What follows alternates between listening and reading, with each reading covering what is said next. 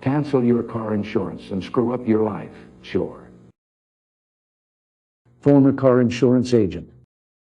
Had someone screaming at me that if we didn't do what he wanted, then he wanted to cancel his policy. What he wanted was illegal, so it wasn't happening no matter who he bitched to. After he was repeatedly denied, he kept saying to cancel his policy. I told him he should really get new insurance first, as my state has mandatory insurance requirements on active registration. But he said to cancel it anyway, right now, so I did. Well, a couple days later, he calls back very pissed because he couldn't find new insurance, and now his driver's license is suspended. He has a court appearance and is suspended from his job.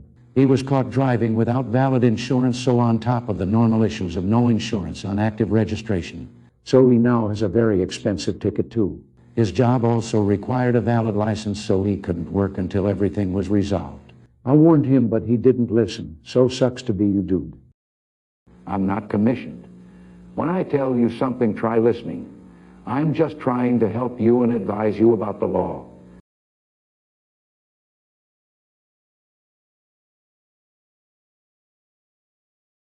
The time a boss killed his own company. This is my dad's story, but he's not into read it. My dad is a hard worker. This happened about 15 years ago. Worked for a company that fixed and rented heavy equipment, backhoes, scissor lifts, steamrollers, forklifts, etc.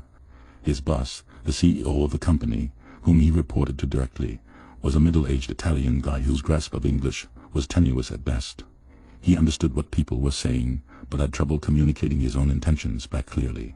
On the other hand, my dad had zero grasp of Italian, but spoke perfect English. However, he was a solid mechanic, who would go on to make the machine bay of this company. Something approaching a Sherman production line along 1943. Shit got done. And even though he didn't always understand what the boss wanted him to do, he just focused on the reason he was hired. Manage the repair bay, hire new mechanics, train new hires, and off-site on-call repairs. Well, boss guy gets it in his head that my dad is going to replace him as the leader of the company. Because he's much better liked, speaks perfect English in an English-speaking country, and has basically all the department heads coming to him for help, even though he's technically only in charge of the repair bay. And so he calls my dad in, chews him out. We think it was mostly Italian, so my dad wasn't picking up on it, but the tone indicated as much, and manages to communicate that he's being fired for poor work performance. And my dad just smiles, shakes the guy's hand and leaves, and thanks to his less than firm grasp on both the English language and business law, the boss guy just sent him on his way with his last paycheck and nothing else. So my dad started his own business in the heavy equipment mechanic market, and after telling all his old work buddies about the situation, suddenly got a bunch of new hires, and his old workplace suddenly had a lot of vacancies that the boss had no idea how to fill, because the guy he'd hired to do that had just been fired. Under about 6 months later. Sometimes my dad drives past where the old shop was on his way to a call. When he does, he just laughs and laughs. LDR, a paranoid boss fired my dad because he was afraid my dad was muscling him out. My dad left and went on to create a successful rival business as a heavy mechanic repairman and heavy equipment instructor. His old job was shut down 6 months later. Edit: for everyone who's been saying this isn't malicious compliance, here's why I think it is. When my dad was brought into the office, he knew right away that he was getting fired, and he knew right away what the hell he was being fired for. Of course, the boss didn't say that the reason he was firing my dad was because he was feeling threatened by my dad's popularity and work ethic. Instead, he just blustered through my dad's poor work performance and fed him a line of bullshit about how he'd put up with it for a long time, but enough was enough. And my dad thought about taking him to court.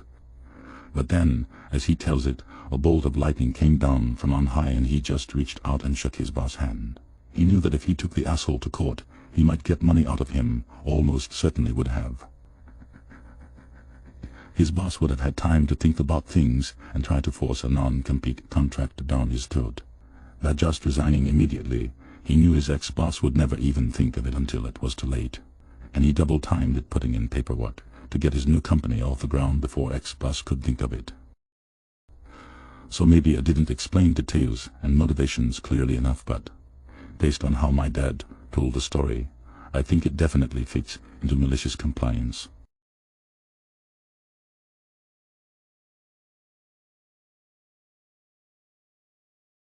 Douche gets more than he wanted, complains, then less than he wanted.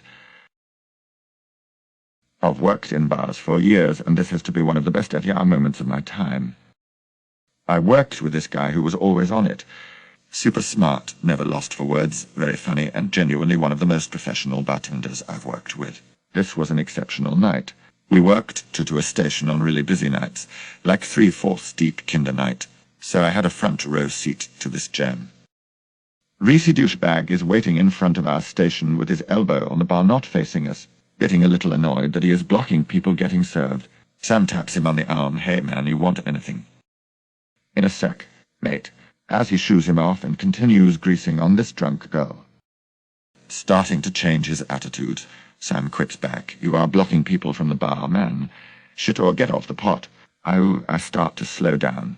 Where's this going? Greasy doucheface screws up and looks up and down. "Give me a Coke," he barks with no manners. Sam whips a glass behind his back and catches it in his left hand, icing the glass on the bar, and throws a straw in the air as he pours Coke from the soda gun. $2.50, thanks, as Sam spins around and enters it into the till. Douche is staring at the drink. "What is this?" "A Coke. As you asked," Sam said with impatience and vex. "That is not what I asked for," he responded. "If I wanted ice, I would have asked for ice," pushing the glass back at Sam. Sam picks up the glass with both hands and did something that I was not expecting. He apologized. "You are so right. I am so sorry. How stupid of me. Let me fix that for you." Sam grabs the soda gun, pours Coke all over the bar counter. The douche jerks his arm away, not because he notices it, but because his shirt getting wet. His anger palpable.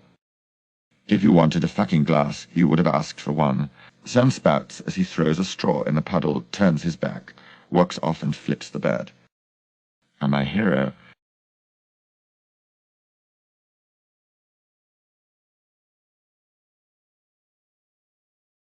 I want to refuse to let me do jury duty.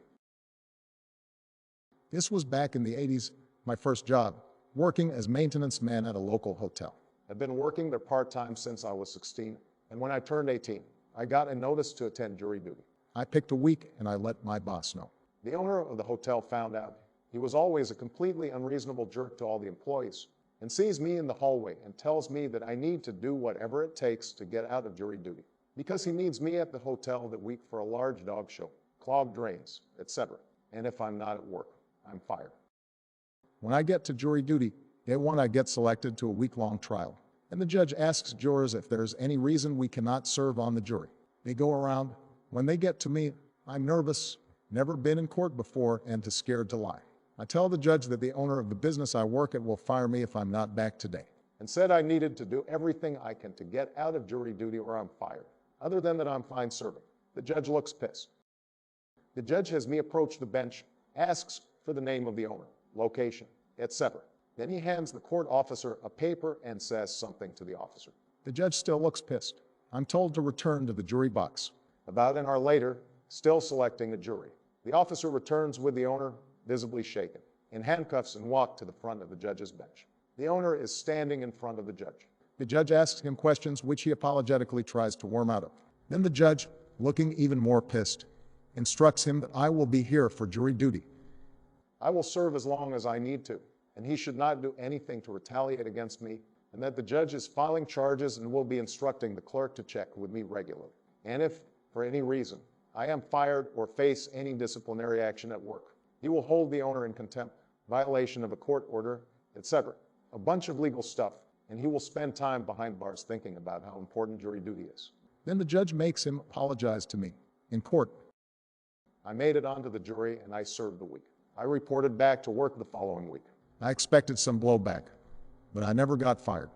None of my shifts were changed and I got paid for my time in jury. I didn't ask why I got paid. The clerk did check back a few times and I was told to call the judge's clerk direct phone number if anything happened. It was awesome. I was pretty much bulletproof and worked until I saved enough to go back to school.